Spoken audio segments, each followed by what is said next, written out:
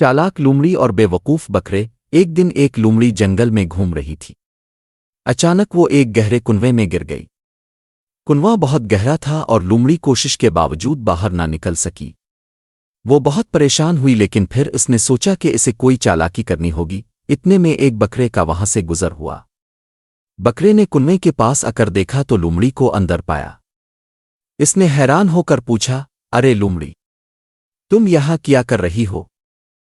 लूमड़ी ने जल्दी से जवाब दिया, मैं यहां ताज़ा और ठंडा पानी पीने आई हूं। ये पानी बहुत मज़ेदार है, अगर तुम भी पीना चाहते हो तो आओ अंदर आ जाओ। बकरा खुश हो गया और उसने कुनवे में छलांग लगा दी।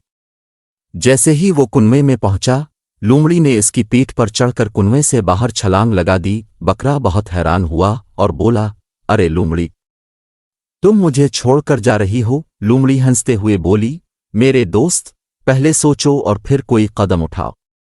सबक: बगैर सोचे समझे कोई फैसला नहीं करना चाहिए।